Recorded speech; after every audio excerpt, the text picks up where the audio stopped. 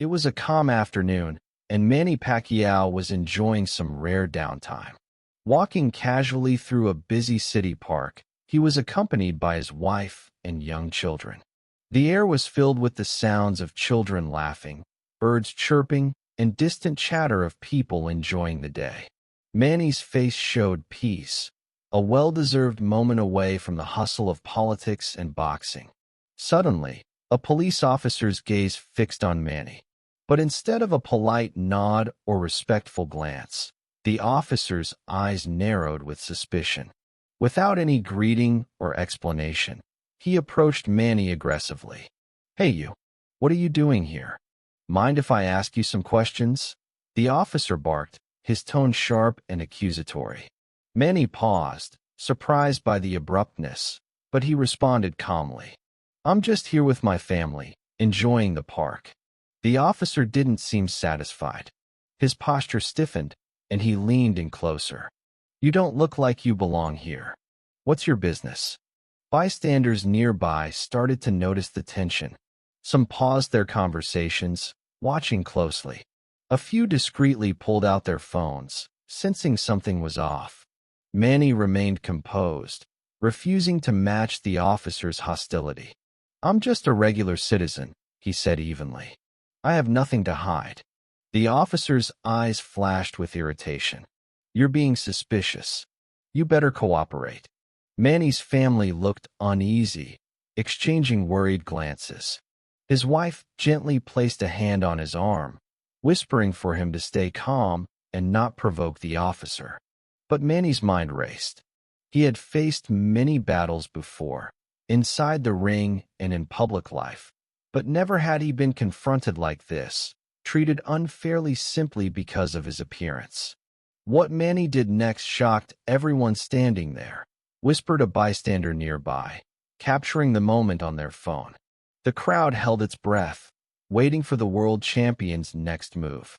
Would he escalate the situation, or would his calm dignity turn the tide? The police officer's suspicions seemed to grow stronger with each calm word Manny spoke. Ignoring Manny's respectful tone, the officer stepped closer, his voice now sharper and more demanding. "Look, I don't have time for this. Show me some ID. Where are you from? What are you doing here, really?" The officer's questions were rapid fire, cutting through the peaceful park atmosphere like a knife. Manny reached into his pocket and handed over his ID without hesitation. "Here," he said softly. "I am Manny Pacquiao. I'm just here with my family." But the officer barely glanced at the ID.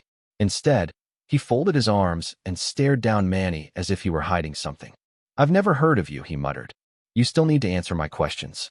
Around them, people had begun to gather. The tension in the air thickened. A few individuals quietly pulled out their smartphones and started recording, sensing something unjust was unfolding. A mother nearby quietly hushed her children and whispered, "Look, it's a famous boxer, Manny Pacquiao." But most people didn't yet realize who the man was. Manny's wife, standing a few feet away, grew nervous. She glanced at Manny, her eyes pleading. "Maybe we should just leave," she whispered. "Don't make this worse." But Manny shook his head slightly, his expression firm but calm. "No," he said quietly. "We can't let this happen. Not like this." The officer's voice rose. "I'm asking the questions here, not you. Where are you really from? Are you here illegally? Are you causing trouble?" Manny took a deep breath, steadying himself. "I am a citizen. I live here. I work hard for my family and my community. But you don't look like the people around here," the officer snapped. "You stand out. That's suspicious." Some in the crowd began to murmur in discomfort. A young man, filming on his phone, spoke quietly to the person next to him. "This isn't right. Why is he being treated like this?" Another bystander whispered, "It's racial profiling." Manny's children clung to their mother, watching nervously. The youngest child looked up at Manny with wide eyes, sensing something was wrong, but unsure why. Despite the rising hostility, Manny kept his composure. He didn't yell or argue back. Instead, his eyes conveyed quiet strength. Suddenly, the officer pulled out his radio. "I'm going to need backup here," he announced. "This guy's not cooperating." The crowd's whispers grew louder. Phones continued to record, capturing every moment. Someone nearby called out, Why are you harassing him? What's he done wrong? The officer ignored the question and looked back at Manny. You're coming with me for further questioning. Manny shook his head gently. I haven't done anything wrong. I will not go with you without a clear reason. The situation was escalating fast. More people stopped to watch, some openly recording, others exchanging worried looks. The peaceful park was no longer a place of relaxation. It had turned into a tense stage for a confrontation between authority and a respected figure standing up against injustice. A woman in the crowd spoke up, her voice steady but loud enough for others to hear. You're abusing your power. This man hasn't done anything to deserve this treatment.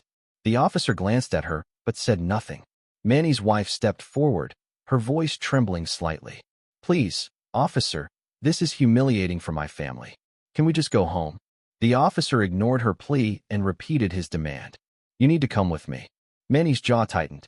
He knew his next words would be important. He looked around at the growing crowd and then directly at the officer.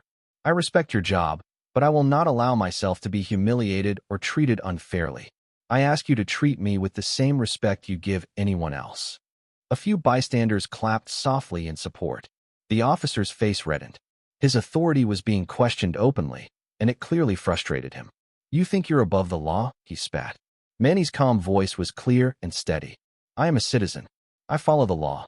I ask you to do the same, without prejudice or bias. More phones raised to record. The officer looked around, realizing this was no longer just between him and Manny. It was becoming public. Then, a sudden shout came from the crowd. Hey, that's Manny Pacquiao, the world champion boxer and senator. Murmurs spread quickly. People nudged each other, whispering in disbelief. The officer, however, seemed unfazed. He crossed his arms and said, Fame doesn't give you special rights. The tension was palpable. Manny's family held hands tightly, the kids looking frightened but proud. The crowd watched, waiting to see what would happen next. Have you ever seen someone abused by authority? Comment below where you're watching this from, city and country. The crowd's murmurs grew louder as the officer's hostility intensified.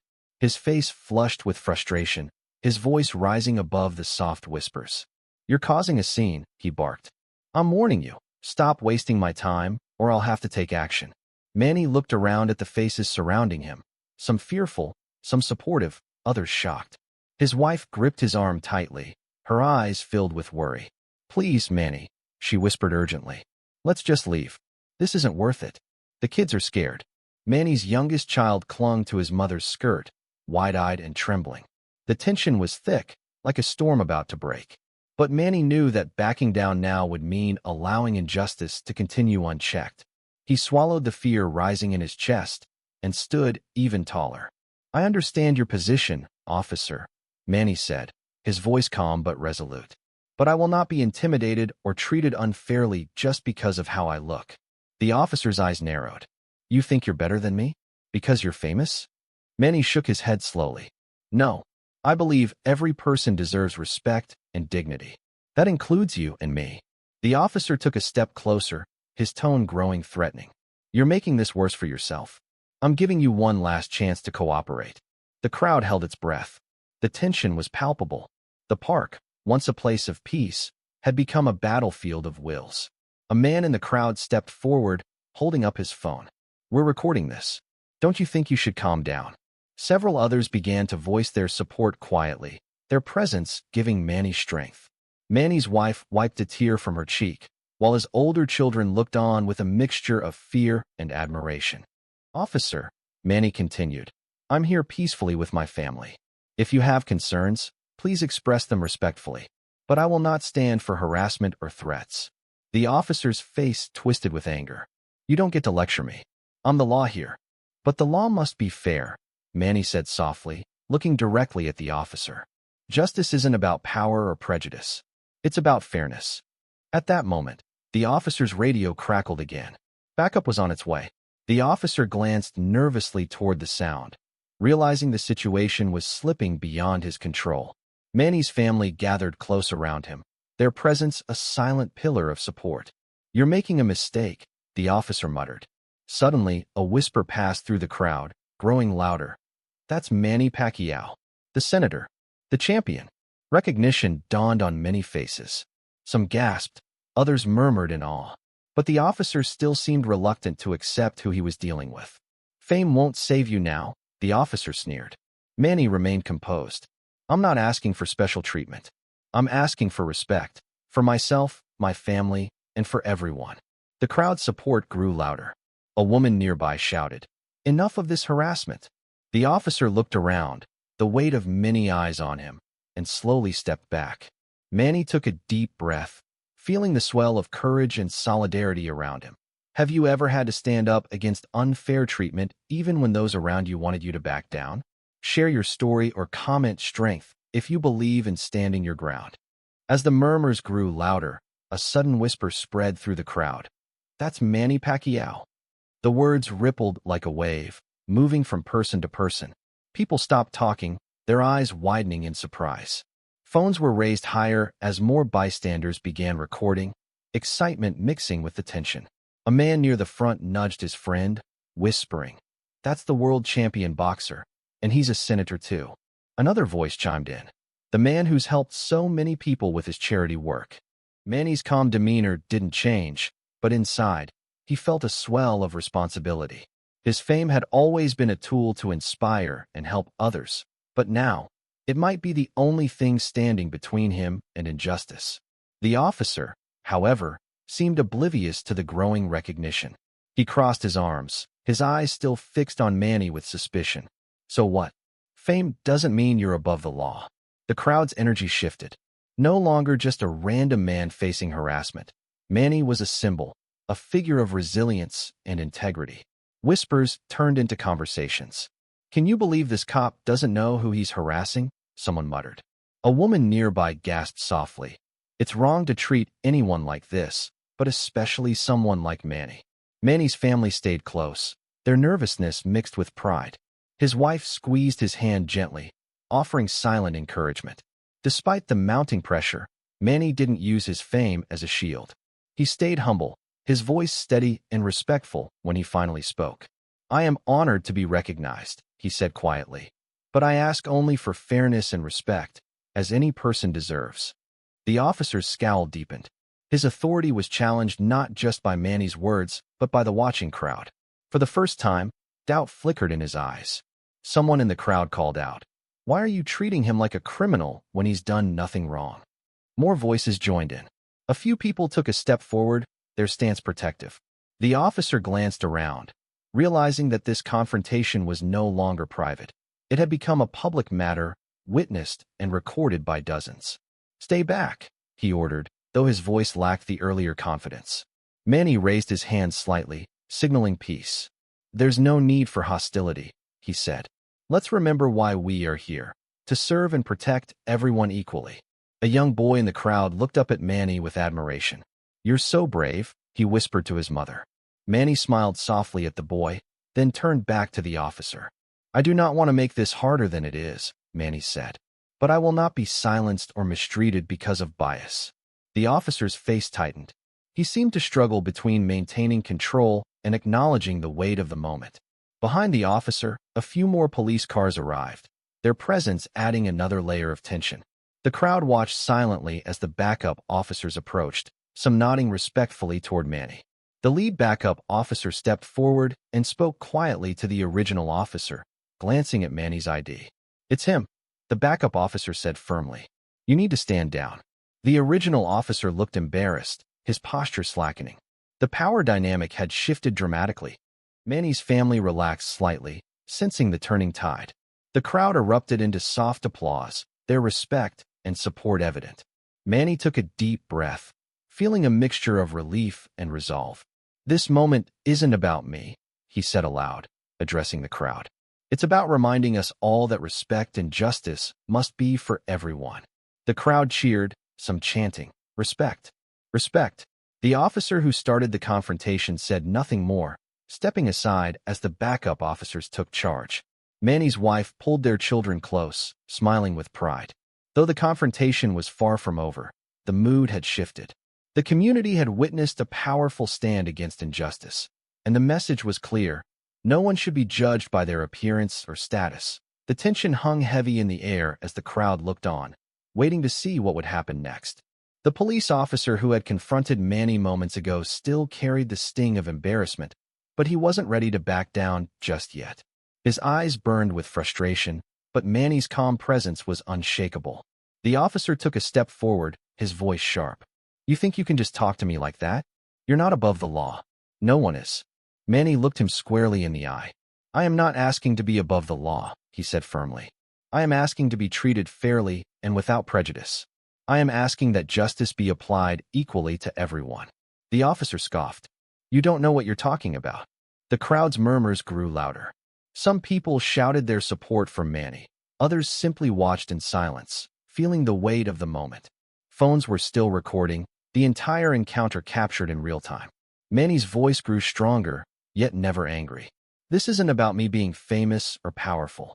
It's about a basic human right. The right to be treated with respect and dignity, regardless of your skin color or background." He glanced at the officer, his gaze steady and unwavering. Racial profiling and discrimination have no place in law enforcement or society. They hurt individuals, families, and communities. They tear us apart. The officer looked taken aback. For the first time, the crowd sensed a crack in his armor. A few bystanders nodded, murmuring their agreement. One woman said aloud, "He's right. This is not how we should treat each other." Manny continued, addressing the crowd now as much as the officer.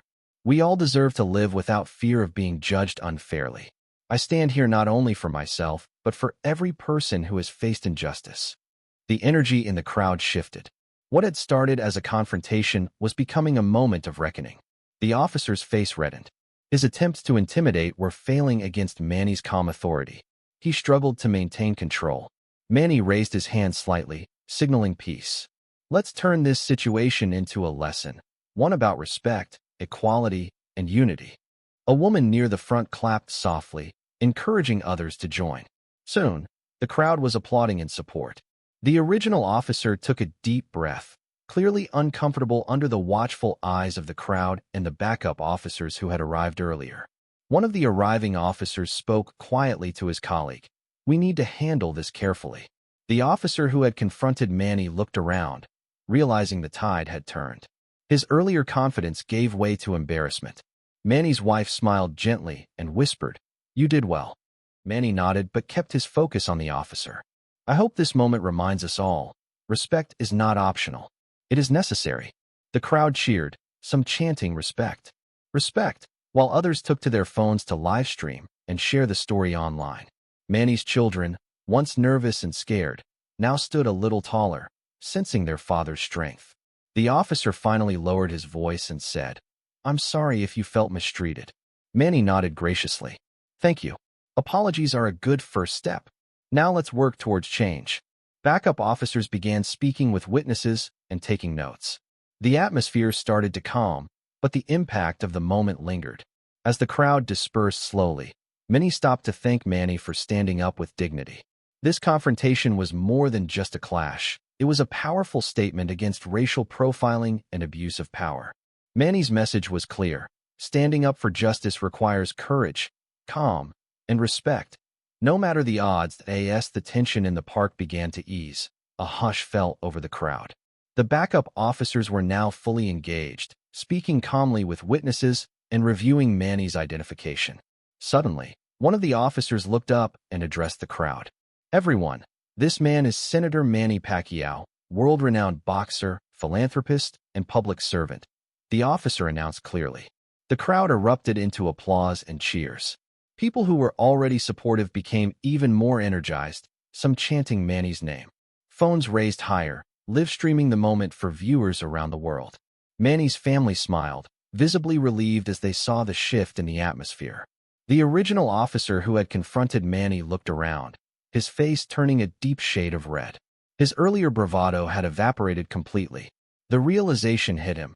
He had just harassed one of the most respected figures in the country, a man known for humility and courage. The crowd's mood changed from tension to a sense of triumph. People stepped forward to thank Manny for his strength and grace under pressure. One woman in the crowd called out, "You showed everyone what true courage looks like." Another added, "This is why respect matters, no matter who you are." Manny took a deep breath and addressed everyone present. his voice calm but powerful. "I am grateful for your support," he said. "But this isn't just about me. It's about all of us standing together against injustice." He paused, letting his words sink in. "We must remember that every person deserves respect, no matter their background or appearance. Humility and kindness are our greatest strengths." The crowd nodded, some wiping tears, moved by Manny's message. The embarrassed officer lowered his eyes and muttered, I didn't know." Manny approached him gently and said, "It's not about knowing who I am. It's about treating everyone with fairness." The officer looked up, a mix of regret and humility on his face. Backup officers placed a gentle hand on the original officer's shoulder and spoke quietly, indicating that consequences would follow for his behavior. Manny's family gathered around him, proud but focused on the bigger picture. The crowd continued to cheer and applaud, many vowing to share the story far and wide.